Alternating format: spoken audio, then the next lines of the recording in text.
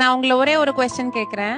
உங்க வீட்ல எந்த ஆணா இருந்தாலும் சரி, உங்க பிள்ளைகளா இருந்தாலும் சரி, அவர் கேக்குற மாதிரி 15 தோசையோ 20 தோசையோ ஊத்தி கொடுக்க நீங்க ரெடி, சரியா?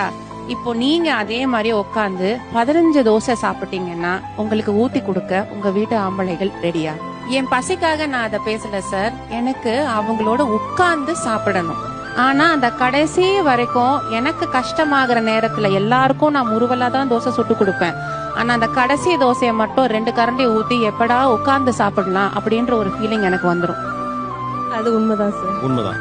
அவங்க 10 பேருக்கு அவங்க தோசை போட்டு குடுக்குறாங்களே சார், அதுல அவங்களுக்கு ஒரு சந்தோஷம் கிடைக்குது. இல்ல சார், எனக்கு அந்த சந்தோஷம் சந்தோஷம் இருக்கும். ஏன்னா இருக்கும். அவங்க குடும்பத்துக்கு அவங்க போடுறாங்க இல்ல சார், நம்மளுக்கும் அது பாசத்துல தானே அவங்க போடுறாங்க.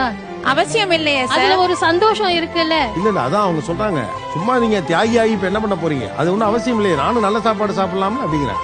சார் அது லவ் சார், அவங்க ஆத்மார்த்தமா